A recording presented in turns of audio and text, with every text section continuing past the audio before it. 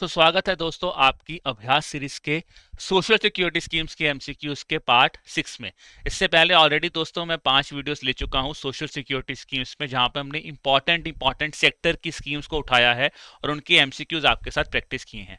उम्मीद कर रहा हूं कि आपने वो पांचों वीडियोस देख ली होंगी, पर अगर आपने वो वीडियो नहीं देखी और आप एक नए स्टूडेंट हैं जो कि पहली बार हमारी सोशल सिक्योरिटी स्कीम्स की वीडियो देख रहे हैं अभ्यास सीरीज के अंतर्गत, तो मैं आपको बोलूंगा कि प्लीज वो पुरानी 5 वीडियोस भी देखिए, बिकॉज वो भी आपके सेशंस के लिए बहुत इंपॉर्टेंट होने वाली हैं। अब देखिए दोस्तों, अगर मैं बात करूं, हम ईपीएफओ एग्जामिनेशन की बात करें तो बहुत ज़्यादा मन में ये भी डाउट है कि सर पता नहीं एग्जाम कब होगा, कैसे होगा। देखिए, मैं एक ही चीज़ बोलता हूं दोस्तों, एग्जाम डेट को लेके डाउट लेना इंपॉर्टेंट नहीं कि यार एग्जाम कब होगा। बात है कि एग्जाम जब भी हो, क्या हम लोग रेडी हैं। स्कीम्स तो ऐसा पार्ट है ना कि अगर मैं आज पढ़ूं या 2 साल बाद भी पढ़ूं, पढ़नी तो है ही है। क्यों ना उसको पहले पढ़ लूं, ताकि जब मेरा एग्जाम डेट निकले तो कम से कम मैं किसी किसी सेक्टर पे तो एक कह सकते हैं होल्ड बना सको, कॉन्फिडेंस तो रहो ना कि यार ये चीज तो मुझे आती है। तो उसी कंटेक्स्ट में दोस्तों मैं बोलूंगा कि आप अभ्यास सीरीज में जाके चीजों को प्रैक्टिस जरूर कीजिए और अभी से अपनी प्रेपरेशन को स्टार्ट कर दीजिए, बिकॉज एग्जामिनेशन कभी भी हो, यूपीएससी एग्जामिनेशन जनरली टाइम लेता है, तो एग्जामिनेशन कभी भी हो आपको रेडी रहना है। ठीक है दोस्तों, चलिए। और अगर आप अपनी प्रेपरेशन को एनहांस करना चाहते हैं, आप एक डिटेल्ड सॉल्यूशन आंसर की चाहते हैं, आप एक चाहते हैं कि हैंड होल्डिंग मिले जहां पे मुझे जिन जिन टॉपिक्स का सिलेबस मेंशन नहीं है, जैसे आपको टॉपिक्स मेंशन है, सिलेबस मेंशन, तो प्रॉपर डिटेल सिलेबस जानने के लिए दोस्तों आप हमारी गाइड बुक को डाउनलोड कर सकते हैं, जो कि आपको एब्सोल्युटली फ्री मिल रही है। ठीक है, लिंक डिस्क्रिप्शन में है, वहां पे जाके आप इस गाइड बुक को भी डाउनलोड कर सकते हैं। चलिए दोस्तों, अब शुरुआत करते हैं आज के सेशन के साथ। ठीक है जी, सबसे पहले दोस्तों आज अगर मैं बात करूं तो आज हम बात करेंगे हेल्थ सेक्टर के बारे में। मैंने पिछली क्लास में बात की थी आपके दो प्रोमिनेंट सेक्टर्स, ग्रामीण सेक्टर में हाउसिंग सेक्टर और आपकी स्वच्छता सेक्टर के ऊपर, जहां पे हमने डिस्कस की थी आवास योजना ग्रामीण, आवास योजना अर्बन और स्वच्छ भारत मिशन ग्रामीण और स्वच्छ भारत मिशन अर्बन है। तो स्वच्छ भारत मिशन ग्रामीण के कंटेक्स्ट में मैंने आपसे होमवर्क पूछा था, आपको मुझे बताना यहाँ पे कौन सी स्टेटमेंट गलत है स्वच्छ भारत मिशन ग्रामीण को लेके। तो पहली स्टेटमेंट ये थी कि यह स्वच्छ भारत ग्रामीण का जो सेकेंड फेज स्टार्ट हुआ है, उसके अंतर्गत हमने नरेगा के साथ भी स्कीम को कन्वर्ज किया है और 15th फाइनेंस कमीशन के साथ कन्वर्ज किया है, ताकि हम जो अपना सैनिटेशन इंफ्रास्ट्रक्चर फाइनेंसिंग है उसको बेटर कर सके। दूसरा था ओटीएफ प्लस राइजिंग कैटेगरी, वो होती है जहां पे आपको बोथ सॉलिड और लिक्विड वेस्ट मैनेजमेंट के जो हैं अरेंजमेंट्स बना के रखने पड़ते हैं। तीसरा मैंने आपको बताया था कि क्या जियो टैगिंग ऑफ टॉयलेट जो है वो मैंडेटरी हो चुकी है अंडर द स्कीम। क्वेश्चन क्या पूछा, कौन सी स्टेटमेंट गलत है, तो यहाँ पे आंसर क्या है दोस्तों, यहाँ पे आंसर था homework question option number D, because सभी की सभी स्टेटमेंट्स यहाँ पे करेक्ट थी, इनकरेक्ट नहीं थी। ठीक है जी, चलिए दोस्तों अब शुरुआत करते हैं आज के सेक्टर में, और आज हम हेल्थ सेक्टर में डिस्कस करेंगे।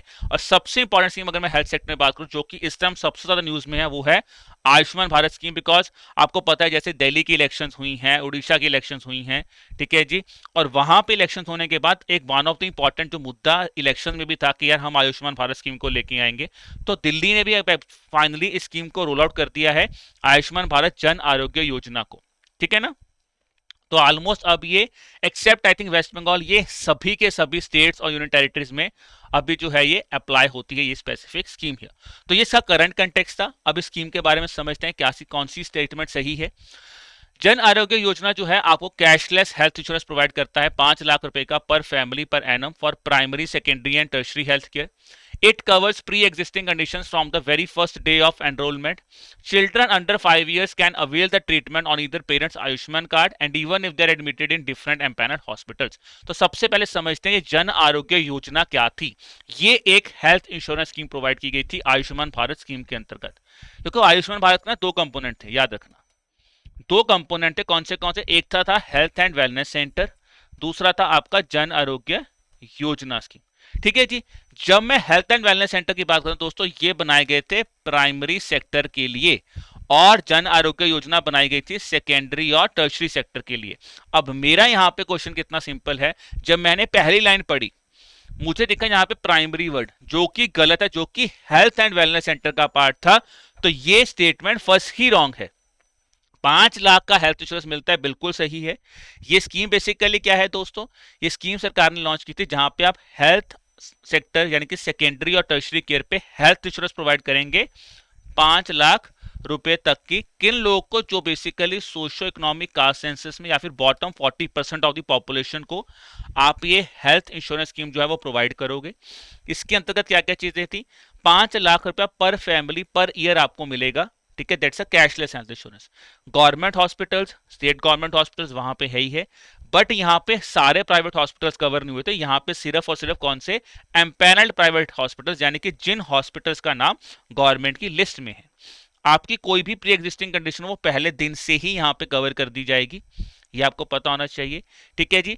अगर जो बच्चे हैं जो 5 साल से कम है दोस्तों, क्योंकि उनके मदर फादर के आयुष्मान कार्ड बने होंगे, तो वो उसी कार्ड के ऊपर जो है ट्रीटमेंट ले सकते हैं।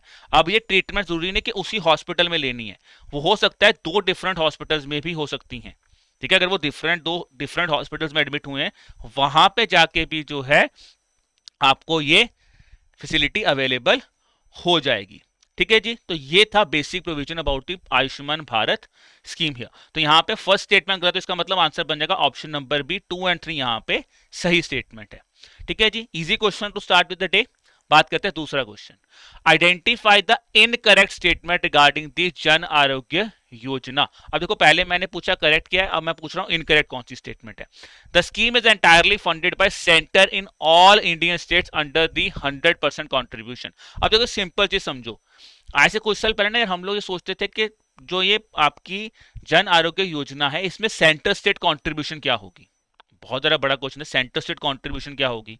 ठीक है ना। बट फाइनली अब जब इस स्कीम के कुछ साल, अभी पिछले साल की बात है, तो जब सेंट्रल गवर्नमेंट ने जन आरोग्य योजना के ऊपर कुछ डाटा निकाला और तब जाके क्लैरिटी सेंट्रल गवर्नमेंट ने प्रोवाइड की कि हम सेंटर और स्टेट इसमें जो प्रीमियम जो देते हैं वो कंट्रीब्यूशन सेंटर और स्टेट करता है। ठीक है जी। फिर इसमें पिछले साल ही अपडेट हुआ था with regards to senior citizen के रिगार्डिंग। अब देखो क्या है, senior citizen above 70 years with no prior Jan Arogya Yojana coverage are not eligible for the scheme. वो लिखा गया कि वो एलिजिबल नहीं है। तीसरा पूछा गया, hospitals must initiate request for pre authorisation only after discharge. अब देखो यहां पे भी एक चीज पूछी है कि जो हॉस्पिटलाइजेशन है उनको बोला गया है कि यार आपको प्री ऑथराइजेशन सिर्फ डिस्चार्ज के बाद ही मिलेगी।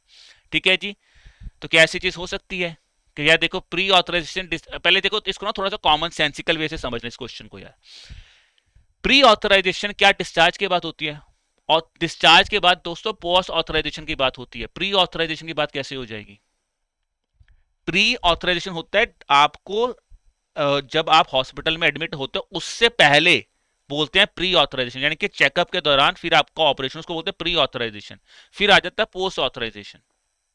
अब इन्होंने बोला कि यार प्री ऑथराइजेशन यानी कि हमने बोला है कि जी अगर आप जब डिस्चार्ज हो जाए, आप निकल गए हॉस्पिटल से, तब हम आप बोले कि हाँ जी हम तो कुछ दिन पहले भी रहना चाहते थे। वो स्टेटमेंट तो वैसे ही गलत बन गई ये वाली तो। अब आते हैं फर्स्ट स्टेटमेंट के ऊपर। ये स्कीम मैंने आपको बोला सेंटर और स्टेट कंट्रीब्यूट करती है, जब मैंने ही आपको अभी बताया ना, तो सेंटर और स्टेट कंट्रीब्यूट करती है, तो 100% कंट्रीब्यूशन तो सेंटर की है ही नहीं है स्टेट में। Contribution similar to the exist earlier schemes हैं, जैसे कि 60-40 था आपका नॉर्मल स्टेट्स में, नॉर्थ ईस्टर्न स्टेट्स में कितना है 90:10। हाँ, अगर central union territory without legislature तो वहां पे सेंट्रल गवर्नमेंट 100% फंड करता है, यूटीज विदाउट लेजिस्लेचर। अब अगर मैं आपसे पूछूं प्रीमियम कितना दिया जाता है, तो यहाँ पे प्रीमियम था 1052 रुपीज का प्रीमियम होता है जो आता है पर पर्सन और जन आरोग्य योजना, जो कि सेंटर और स्टेट जो है वो बियर करती है। ठीक है जी। फिर दोस्तों पिछले साल स्कीम में सीनियर सिटीजन को लेकर कुछ अपडेट हुई थी। उस अपडेट में सबसे पहले ये था कि 70 ईयर्स के प्लस जो लोग हैं जिसको हम सीनियर सिटीजन काउंट करेंगे, अब उनके लिए जन आरोग्य योजना के अंदर स्पेशल प्रोविजन दी गई। अब वो स्पेशल प्रोविजन दोस्तों क्या दी गई थी, स्पेशल प्रोविजन ये दी गई थी कि जी अगर आप 70 ईयर्स के बाद स्कीम को जाएंगे तो आपको एडिशनल 5 लाख का हेल्थ इंश्योरेंस प्रोवाइड किया जाएगा। ये चीज यहां पे ऐड की गई थी। ठीक है, एडिशनल 5 लाख का आपको टॉपअप यहां पे दिया जाएगा। दूसरा पॉइंट क्या था, अगर किसी ना किसी कंटेक्स्ट में लेट से आप पहले स्कीम के मेंबर नहीं भी थे, पहले आपने जन आरोग्य योजना का आप पार्ट नहीं थे, उसके बाद भी अगर 70 के बाद आप लेना चाहते हो तो बिल्कुल आप एलिजिबल हैं। अगर आपके पास ऑलरेडी कोई और स्कीम्स भी, आपने ऑलरेडी कोई और इंश्योरेंस भी ली हुई है, तो उसके ऊपर आप टॉपअप इसको ऐसे यूज कर सकते हो जन आरोग्य योजना, और वो आपको सीनियर सिटीजन को ये एक कह सकते हैं कि एक उनको एक फीचर दिया गया था कि उनकी मर्जी है कि वो जौन सा इंश्योरेंस पहले यूज करना चाहते हैं वो इसको यूज कर सकते हैं। ठीक है जी। फिर आ जाते हैं प्री और पोस्ट ऑथराइजेशन की बात दोस्तों। प्री हॉस्पिटलाइजेशन अलाउड है 3 दिन की, और 15 दिन का पोस्ट हॉस्पिटलाइजेशन भी इसके अंतर्गत कवर है। ठीक है, ये आपको यहां पे याद रखना है। चलिए जी, अब बात करते हैं हमारे नेक्स्ट क्वेश्चन के ऊपर, बिकॉज यहाँ पे तीनों की तीनों स्टेटमेंट्स ही गलत हैं। चलिए अगला क्वेश्चन आ जाता है। जन आरोग्य योजना के अंदर मैंने बोला था senior citizens above 70 years of age in families are already covered under the schemes are eligible for a distinct card and a top up cover of rupees 5 lakh, while जिनके पास existing public health insurance थी like CGHS और Ayushman card और CAPF, they can, अब उनके लिए क्या है, and those with private insurance और अंडर द ESI कैन, अब उनके लिए दोनों के लिए क्या चीज बोली गई थी, opt out of PMJAY are not eligible for additional coverage, retain their existing plan, opt for dual coverage, choose between their current plan and जन आरोग्य योजना and are also eligible under the जन आरोग्य योजना। फिर आ जाता है migrate to PMJAY, automatically apply fresh for ESI benefits here। अब question दोस्तों यहां पे है ऑप्शन नंबर सी। मैंने आपको बोला है कि उनके पास दोनों प्लान्स एलिजिबल हैं, उनको ही मैंने बोला था कि ये आप अब उनको ऑप्शन दे दी गई है। ठीक है जी भाई, उनके पास एग्जिस्टिंग हेल्थ इंश्योरेंस ऑलरेडी है, उनको ऑप्शन दी गई है कि हाँ जी आप आइए और आप इसको ले सकते हैं, दैट्स एन ऑप्शन। ठीक है जी, चूज कर सकते हैं।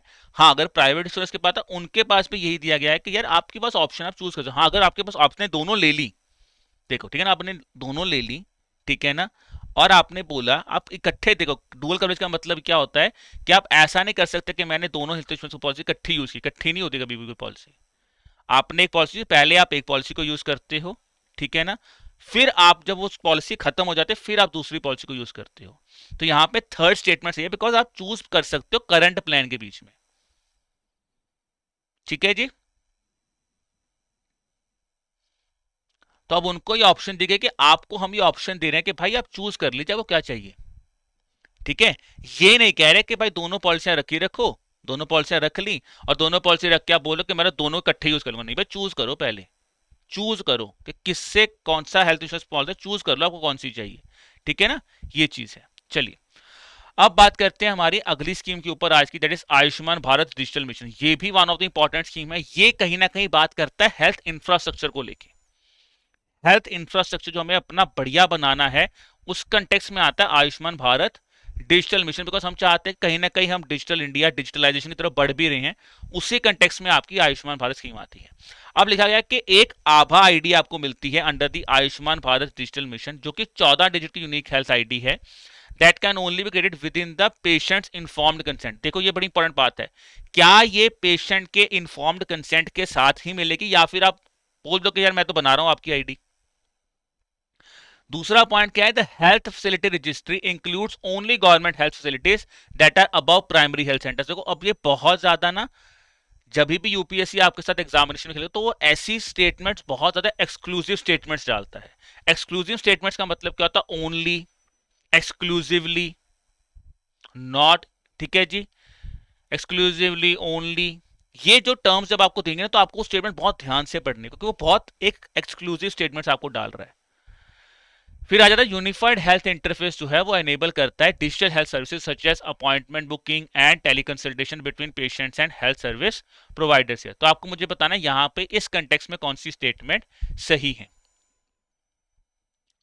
तो दोस्तों इस कंटेक्स्ट में मैं बात करूं तो फर्स्ट और थर्ड स्टेटमेंट जो है वो बिल्कुल सही है। जैसे मैं कहता हूं ओनली वर्ड को ध्यान रखो।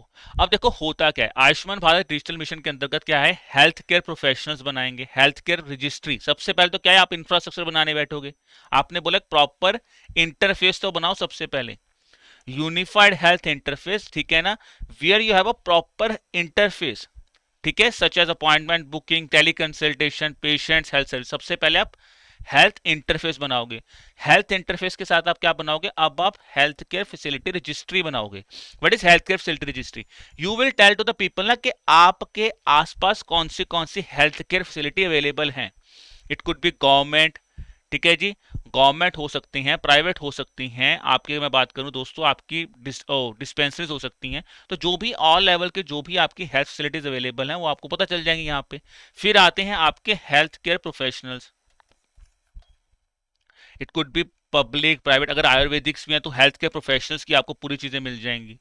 फिर अब जब आपके पास इंफ्रास्ट्रक्चर इकट्ठा हो गया, अब आते हैं पेशेंट के पास। पहले तो आपने इंफ्रास्ट्रक्चर वाला पार्ट बनाया, अब अगर आपको पेशेंट के लिए चाहिए तो पेशेंट के लिए सबसे पहले क्या होगा, when you are consulting a patient, tele consultation दोगे तो पेशेंट को रिकॉग्नाइज कैसे करोगे कि यार ये पेशेंट का ये रिकॉर्ड चल रहा है, वो कैसे पता चलेगा? अगर मैं आपसे बोलूं कि आपकी आइडेंटिटी क्या है, आप बोलोगे मेरी आइडेंटिटी मेरा आधार कार्ड है। मैं बोलूं किसी हेल्थ केयर बंदे को कि भाई तू आ जा मेरे पास, तू मेरे पास आ जा, अब तू मुझे बता कि ठीक है यार मुझे तुम्हारा चेकअप करना है, तो सबसे पहले तो मैं ये पूछूंगा जी आपकी हेल्थ हिस्ट्री, हेल्थ मुझे बताओ आपका हेल्थ हिस्ट्री क्या है। वो कैसे चेक होगी? वो होगी इस आईडी कार्ड से, आभा नंबर से। ठीक है, Ayushman Bharat health account number बनेगा, बट हाँ बनेगा कैसे? जब आप उनको बताओगे कि सर अगर आपको ये स्कीम्स के बेनिफिट लेने हैं तो आपको कम से कम ये एक यूनिक हेल्थ आईडी बनाना चाहिए। बना नहीं दोगे कि हाँ भाई हमने तो बना दी, हो सकता है बंदा कि मुझे चाहिए ही नहीं भाई, मेरे को नहीं आना तुम्हारे पास, फिर ऐसे तो ना बना दोगे। आप इन्फॉर्म्ड कंसेंट लोगे, फिर आप ये बनाओगे, फिर आप टेली कंसल्टेशंस भी देनी स्टार्ट कर दोगे। तो that is how the health care infrastructure we are creating for the digital infrastructure. सोचो ना, ऐसे तो होना चाहिए। अगर मैं आपसे अभी भी बोलूं, आप खुद इमेजिन कीजिए, आपको क्या लगता है ये नहीं होना चाहिए? पहले मेरे पास इंफ्रास्ट्रक्चर होगा, फिर मैं आपको बताऊंगा कि भाई कौन से हॉस्पिटल्स हैं, कौन से डॉक्टर्स अवेलेबल हैं, फिर मैं आपको चेकअप के लिए भेजूंगा ना कि यार आपका क्या रिकॉर्ड है, चलो आते हैं, आपकी एक आईडी बना लेते हैं, आपको सारा का सारा जो आपका डिटेल डिस्क्रिप्शन है यहाँ पे पता चल जाएगा, फिर आप कंसल्टेशन करते रहना। ये चीज़ है यहाँ पे। ठीक है जी। नेक्स्ट क्वेश्चन आता है इस चीज को लेके कि identify the incorrect statements with regards to Ayushman Bharat digital Mission. The first Ayushman Bharat digital Mission microsite under the 100 microsite projects, because यहाँ पे आप माइक्रोसाइट प्रोजेक्ट्स भी बनाओगे। 100 microsite project was launched in Gangtok, that is in Sikkim here. Healthcare professional registering under the Ayushman Bharat digital mission includes only allopathic medical professionals here. इसका तो statement मैं ही आपको बता चुका हूँ। Ayushman Bharat digital mission was launched nationwide in September 2021 after being piloted with 6 union territories here. तो आपको मुझे बताना है यहाँ पे कौन सी स्टेटमेंट जो है वो इनकरेक्ट है। ठीक है जी। तो दोस्तों यहाँ पे जो है फर्स्ट और सेकंड स्टेटमेंट इनकरेक्ट है, बिकॉज जो पहला microsite Ayushman Bharat digital Mission microsite बना था वो गैंगटॉक में नहीं बना था, वो बना था आइजवाल में, दैट इज इन मिजोरम। तो मिजोरम की कैपिटल थी आइजवाल, वहां पे बना था। ठीक है जी। और मैंने आपको ऑलरेडी बता चुका हूं कि जो हेल्थ केयर प्रोफेशनल्स दोस्तों यहाँ पे आते हैं उसमें आप मॉडर्न और ट्रेडिशनल दोनों तरह के हेल्थ केयर प्रोफेशनल यूज करोगे। ठीक है, जहाँ पे ऑब्वियसली एलोपैथिक हुआ, आयुर्वेदिक हो, तो दोनों इंक्लूडेड है। ठीक है जी। मॉडर्न एंड ट्रेडिशनल सिस्टम दोनों के इंक्लूड होंगे, तभी यहाँ पे सेकंड स्टेटमेंट भी गलत है। ओके, चलो अब बात करते हैं अगले सवाल के ऊपर कि तो आयुष्मान भारत डिजिटल मिशन थी, it was implemented by which specific authority of India. ठीक है जी। और एक सेंट्रल सेक्टर स्कीम है जिसका आउटले कितना दिया गया था फॉर दी 5 ईयर्स। तो दोस्तों आयुष्मान भारत डिजिटल मिशन जो था वो बेसिकली किसने इंप्लीमेंट किया था? वो इंप्लीमेंट किया था नेशनल हेल्थ अथॉरिटी ने। ठीक है ना। और 1600 करोड़ रुपए से जो मिशन था वो बेसिकली स्टार्ट हुआ था। ठीक है जी। अगेन आई वुड से, मैं आपको ये क्वेश्चन इसलिए डाला कि मैं ये नहीं कह रहा एग्जैक्ट आपको एलोकेशन याद रखना, बिकॉज अगर कोई बड़ी स्कीम है, कोई बड़े ऑब्जेक्टिव है, कोई बड़ा फाइनेंशियल आउटलेट, तो हो सकता है कि आप इसको थोड़ा सा स्टार्ट कर सकते हो। ठीक है जी। चलिए दोस्तों अगला क्वेश्चन आता है, consider the following statements regarding the प्रधानमंत्री स्वास्थ्य सुरक्षा योजना। ठीक है जी। चलिए, तो अब ये स्कीम के ऊपर क्वेश्चन पूछते हैं। द प्रधानमंत्री स्वास्थ्य सुरक्षा योजना was announced in 2023 with the objective of correcting regional imbalances in the availability of affordable and reliable tertiary healthcare services and augmenting facilities for quality medical education in the country है। दूसरा चीज है, under the प्रधानमंत्री Swasthya Suraksha Yojana new all India institutes of medical sciences have been approved with 6 new aims, that is at Bhopal, Bhubaneswar, Jodhpur, Patna, Raipur and Rishikesh. फिर आया जी, the scheme includes the upgradation of existing government medical colleges and institutions to enhance the availability of tertiary health care services and improve the medical education infrastructure. अब देखो दोस्तों, स्वास्थ्य सुरक्षा योजना यानी कि जो आपको स्वास्थ्य प्रोवाइड कर रहा है, हेल्थ प्रोवाइड कर रहा है, उन इंस्टीट्यूशंस को हम कैसे बेटर कर सकते हैं, उसके लिए स्कीम आई थी। तो इस कंटेक्स में कौन सी स्टेटमेंट सही है? इस कंटेक्स में दोस्तों जो है सभी के सभी स्टेटमेंट्स ही सही हैं। अगर मैं आपकी बात करूं तो जो ये प्रधानमंत्री स्वास्थ्य सुरक्षा योजना ये 2003 में ही आई थी। ऑब्जेक्टिव मैंने आपको बता दिया कि देखो होता क्या यार, टर्शरी हेल्थ केयर सर्विसेज ना प्रोवाइड नहीं हो रही दुनिया देश में। ठीक है, अब उसको आप कैसे बेटर प्रोवाइड कर सकते हो, कैसे जो रीजनल इम्बेलेंसेज है उनको आप मैच, जैसे आपने चलो ना अब कहीं ना कहीं एम्स हॉस्पिटल्स या टर्शरी हॉस्पिटल्स मिल रहे हैं, हेल्थ केयर फैसिलिटी प्रोवाइड करने के लिए रीजनल इंबैलेंस जो हो रहा है उसको हम ठीक करने के लिए हमने स्कीम 2003 में लॉन्च की गई। क्योंकि 2012 में फिर हमने क्या किया, नए all India institute of medical services जो है इसके अंदर ही अप्रूव किए, ठीक है, 22 बन गए थे और यहाँ पे 6 नए अप्रूव हुए थे। और फिर स्कीम ने इंक्लूड किया था upgradation of existing government medical colleges and institutions to enhance the availability of tertiary health care services and improve the medical education infrastructure here. ठीक है जी, चलिए दोस्तों अब बात करते हैं हमारी आज की आखिरी स्कीम के ऊपर, प्रधानमंत्री भारतीय जन औषधि परियोजना। बहुत इंपॉर्टेंट स्कीम है। अब जन औषधि से क्या याद रखना है, जन औषधि का मतलब होता है जेनरिक मेडिसिन, ठीक है। तो जेनरिक मेडिसिन को लेके हमने ये स्कीम लॉन्च की थी, जिसके अंदर हमने, आपने सुना होगा आयुष्मान भारत केंद्र, बहुत ज्यादा न्यूज में था यार, आयुष्मान भारत केंद्र, आयुष्मान भारत केंद्र बनाने वाले हैं। स्पेसिफिकली जब आपने दिल्ली इलेक्शन देखा होगा ना, दिल्ली इलेक्शन में तो बहुत ज्यादा न्यूज में था कि आयुष्मान भारत केंद्र बना देंगे, ठीक है ना। और वो आयुष्मान भारत केंद्र था क्या, बेसिकली वो बेसिकली यही है कि जो जन औषधि परियोजना स्कीम है हमारी, भारतीय जन औषधि, प्रधानमंत्री भारतीय जन औषधि परियोजना योजना, उसके अंदर बनते हैं भारत जन औषधि केंद्र, ठीक है। जिसमें जन औषधि केंद्र वो इस स्कीम का पार्ट है, इसलिए स्कीम इंपॉर्टेंट बन जाती है। अब पहला क्वेश्चन यही है कि जो जन औषधि परियोजना केंद्र बनेंगे, ठीक है, they can sell medicines that are 50 to 90% cheaper than the branded medicines and each batch is tested in the NABL, ठीक है जी, NABL accredited lab. Under the scheme, a special incentive of rupees 2 lakh is given exclusively to those kendras which are opened in aspirational districts as notified by NITI Aayog. तीसरा आता है, entrepreneurs who are running these kendras will receive 20% margin on the MRP of medicine sold excluding taxes here. अब question है कौन सी statement सही है यहाँ पे, ठीक है जी।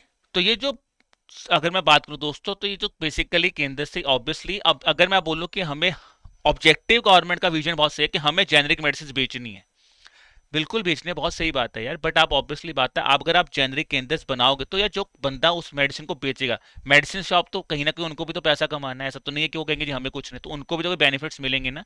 तो ये उस कंटेक्स्ट में था। यहाँ पे दोस्तों सेकंड स्टेटमेंट गलत है, बाकी दोनों स्टेटमेंट सही है। बिल्कुल सही है कि अगर आप इन केंद्र पे जो केंद्र बनाए जाएंगे, उसमें सबसे पहली बात, आप ऐसी कोई मेडिसिन नहीं बेचोगे, वो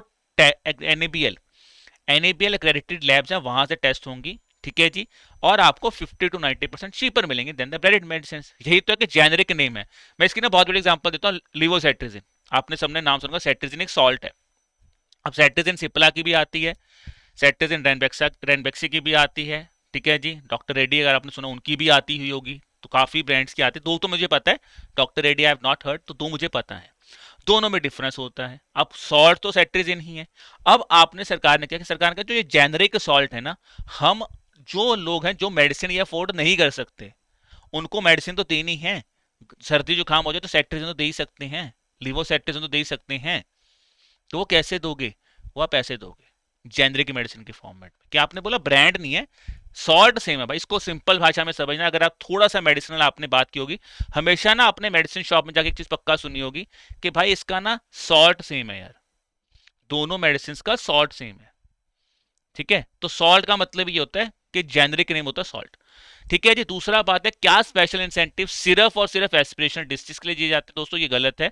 स्पेशल इंसेंटिव जो है वो किनको दिए जाते हैं, पहली बात तो वुमेन एंटरप्रेन्योर्स को दिए जाते हैं, दिव्यांगजन को दिए जाते हैं, SC ST कम्युनिटी से किसी ने ये जन औषधि केंद्र खोले तो उनको खोल दिए जाते हैं, ठीक है, ये याद रखना। बाकी कुछ पैसा जो है स्कीम के अंतर्गत आपको फर्नीचर के लिए भी दिया जाता है, I think around 2 lakh rupees आपको फर्नीचर के लिए भी दिए जाते हैं वन टाइम। फिर आ जाता है जी एंटरप्रेन्योर जो है रनिंग जन औषधि केंद्र receive 20% margin on the MRP, ठीक है यार। फर्नीचर वाला पॉइंट एक बार आप वेरीफाई कर लेना, ठीक है ना, कि कितना है एग्जैक्ट अमाउंट, मुझे एग्जैक्ट अमाउंट शायद मेरे माइंड से निकल गया है, आई विल थिंक अगर मुझे रिकॉल हो जाए, बट वो वाला पॉइंट आप एक बार देख लें कि फर्नीचर के लिए भी कुछ स्पेसिफिक पैसा यहाँ पे मिलता है, ठीक है। आई थिंक शायद यही स्पेशल इंसेंटिव फर्नीचर के लिए भी मिलता है, ठीक है जी। चलिए जी, एंटरप्रेन्योर्स रनिंग केंद्र विल रिसीव 20% मार्जिन, ये भी बिल्कुल से 20% मार्जिन आपको मिल जाएगा MRP के लिए, ठीक है जी। और बोला गया कि एग्जिस्टिंग केंद्र जो हैं अगर उन्होंने अपनी अर्लियर इनकम लिमिट जो है उसको एग्जॉस्ट करे तो उनके पास भी 2.5 लाख रुपया, ठीक है, they are also eligible for the 2.5 lakh rupees as an additional incentive here. चलिए जी, अब बात करते हैं अगले क्वेश्चन के ऊपर, identify the incorrect statement with reference to the Jan Aushadhi Pariyojana scheme. It was launched in 2015 and got renamed in the year 2016 here. Jan Aushti Kendras opened in government premises are not eligible for any financial incentive. Only new Kendras are eligible for the 5 lakh incentive. Existing Kendras are excluded here. अब आपको मुझे बताना यहाँ पे कौन सी statement जो है वो गलत है। ठीक है जी। अब दोस्तों मैं यहाँ पे बात करूँ आपसे, तो यहाँ पे जो है कौन सी स्टेटमेंट इनकरेक्ट है, पहली ही स्टेटमेंट जो है वो इनकरेक्ट है। ठीक है जी। अब देखो यहाँ पे, सॉरी, दूसरी और तीसरी स्टेटमेंट इनकरेक्ट है, पहली स्टेटमेंट करेक्ट है। Sorry guys, sorry, my bad here. Scheme 2015 में लॉन्च हुई थी, ठीक है ना, जन औषधि केंद्र के साथ। ठीक है जी। अब देखो सिंपल जी समझो, अब ये बेसिकली क्या था दोस्तों, जन औषधि केंद्र जो थे उनको बनाया गया प्रधानमंत्री जन औषधि केंद्र, ठीक है, जो कि लॉन्च हुई 2015 में। ठीक है जी। फिर क्या हुआ, 2016 में हमने उस स्कीम का नाम दोबारा बदल दिया, प्रधानमंत्री भारतीय जन औषधि केंद्र से। ठीक है जी। अब ये जो भारतीय जन औषधि केंद्र स्कीम थे, अब देखो दूसरा पॉइंट यहाँ पे क्या है, अब हमने लिखा कि इंसेंटिव मिलेगा। वो तो सिंपल बात है यार, चाहे आप गवर्नमेंट प्रीमिसेस में हो चाहे आप गवर्नमेंट प्रीमिसेस में नहीं हो, ऐसा तो नहीं कि गवर्नमेंट प्रीमिसेस में आप बोलो कि नहीं है, क्यों नहीं मिलेगा इंसेंटिव, फिर तो वो गवर्नमेंट प्रीमिसेस में खोलेगा ही नहीं। तो आप सोचो ना, थोड़ा सा इसको प्रैक्टिकली सोचो। यूपीएससी ना बहुत बार आपसे प्रैक्टिकलिटी लेवल पे भी आपका टेस्ट लेता है कि आप थोड़ा सा सोच के देखो कि यार ये चीज ठहर के, क्या ये स्टेटमेंट सही हो सकती है, ये गलत हो सकती है।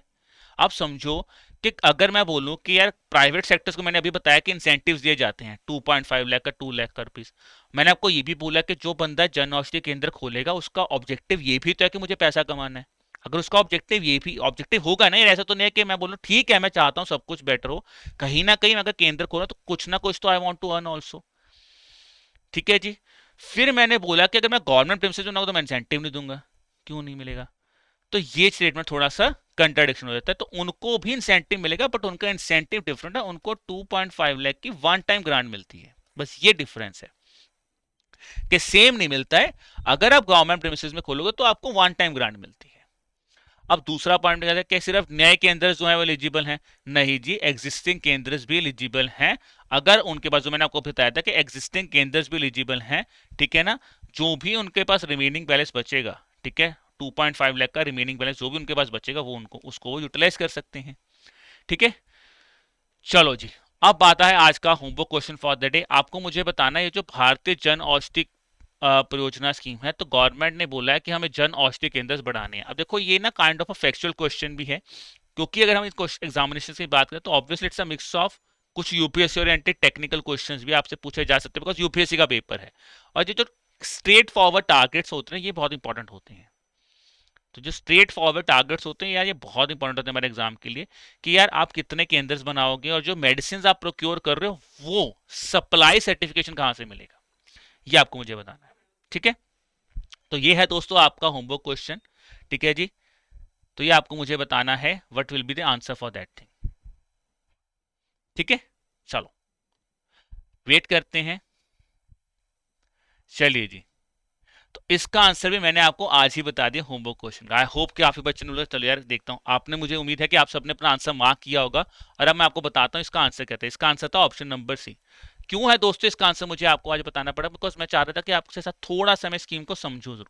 देखो क्या हुआ है, भारतीय जन औषधि परियोजना के अंतर्गत सरकार ने बोला है कि हम 25,000 नए जो हैं वो जन औषधि केंद्र बनाने वाले हैं 2026 तक। ठीक है जी। और ये बोला गया था कि जो मेडिसिन हम प्रोक्योर करेंगे, देखो सिंपल बात है, मैंने आपको एक चीज आगे बढ़ाई थी, ठीक है ना, जो मैंने आपको पढ़ाया था ये वाला पार्ट, एनएबीएल अक्रेडिटेड लैब से मेडिसिन टेस्टेड होंगी, ये सही है। बट जो प्रोक्योरमेंट जब आप जन औषधि केंद्र बनाएंगे वो सिर्फ उन्हीं सप्लायर से लोगे। मैंने ये मेडिसिन की बात नहीं कि मेडिसिन बता दे कौन सी सर्टिफिकेशन होनी चाहिए, बट जिस सप्लायर से लेगो वो कौन होगा, वो सप्लायर वो होगा जो डब्ल्यूएचओ का जीएमपी सर्टिफाइड सप्लायर होगा। जो स्टैंडर्डाइजेशन सेफ्टी जो भी रिक्वायर्ड होती है वर्ल्ड हेल्थ ऑर्गेनाइजेशन के पैरामीटर्स के हिसाब से, उन्हीं को ही आप ये दोगे। ठीक है। तो ये था दोस्तों हमारा आज का सेशन। अब सेशन को एंड करने से पहले, जैसा मैंने आपको बोला, अगर आप इस तरह के और क्वेश्चंस को प्रैक्टिस करना चाहते हैं तो आप हमारी एपीएफसी की या ईओयू की हमारी टेस्ट सीरीज परचेज कर सकते हैं। ऑब्जेक्टिव सिंपल है, क्योंकि जितना प्रैक्टिस करोगे, जितना आप ज़्यादा से ज़्यादा क्वेश्चन सॉल्व करोगे, उतना ही कहीं ना कहीं आप एग्जाम ओरिएंटेड लेवल पे प्रिपरेशन बढ़ जाती है। बट हाँ, आप में से कुछ स्टूडेंट्स ऐसे होंगे जिन्होंने अपनी प्रिपरेशन अभी बिल्कुल ही स्टार्ट नहीं किया और वो बिल्कुल बेसिक से स्टार्ट करना चाहते हैं, तो दोस्तों डेफिनेटली आप हमारे मास्टर कोर्स के साथ जा सकते हैं। ठीक है। वहां पे जाके आप बेसिक से चीजों को कवर कर सकते हैं और उसके साथ उसके ऊपर अपने आप को बिल्डअप कर सकते हैं। फिर आता है कि आप में से कुछ बच्चे ऐसे होंगे जिन्होंने यूपीएससी की प्रिपरेशन की है, उनका सी सेट भी अच्छा है, उनको लगता है कि जैसे इंडस्ट्रियल रिलेशन, लेबर लॉज आता है, सोशल सिक्योरिटी के लॉज आते हैं, जो इस तरह के टॉपिक स्पेशल सब्जेक्ट टॉपिक्स हैं, मुझे सिर्फ वो प्रिपेयर करना है, बाकी मैं कर लूंगा, I can prepare questions also, test also कर लूंगा, मुझे एक बार बेसिक अंडरस्टैंडिंग लेनी है, तो आप हमारे स्पेशल सब्जेक्ट कोर्सेज के साथ भी जा सकते हैं। ठीक है दोस्तों, तो ये था हमारा आज का सेशन। उम्मीद कर रहा हूँ आपको सेशन बढ़िया लगा होगा, मजा आया होगा। बाकी आपके मन में कोई भी डाउट आता है, कुछ भी आपको लगता है कि सर हमें डिस्कस करना है, कभी अपने आप को एलिनेट फील मत करो कि नहीं यार मैं पूछूंगा तो क्या, पूछो जरूर, यही मैं बोलता हूँ। एक चीज आपको हमेशा बनाना है कि जो भी मन में डाउट है वो पूछो जरूर। अगर आप YouTube पे है तो YouTube पे भी आप पूछ सकते हैं, अदरवाइज अगर आपको लग रहा है कि YouTube से कनेक्ट नहीं, सर YouTube पे मैं शायद आपसे नहीं पूछ पा रहा, मैं आपसे वन ऑन वन बात करना चाहता हूँ या वन ऑन वन डिस्कस करना चाहता हूँ, अगेन आप हमें ईमेल कीजिए, हमारी ईमेल आईडी है hello@aerotab.co.in, या फिर आप हमें कॉल कर सकते हैं ऑन द नंबर 8146207241। ठीक है दोस्तों, तो ये था हमारा आज का सेशन। उम्मीद कर रहा हूँ आपको मजा आया होगा। अब मिलते हैं आपको next week with the next set of important social security schemes. अगर आपके मन में भी कोई सोशल सिक्योरिटी स्कीम्स आ रही हैं जो आप चाहते हैं कि सर ये सोशल सिक्योरिटी की कुछ स्कीम्स मुझे लग रहा है कि प्लीज आप कवर कर दीजिए, please do let me know about that also, या तो कमेंट कर दो या फिर आप मुझे मेल भी कर सकते हो। ठीक है दोस्तों, चलो अब मिलते हैं आपको नेक्स्ट वीक। Bye bye.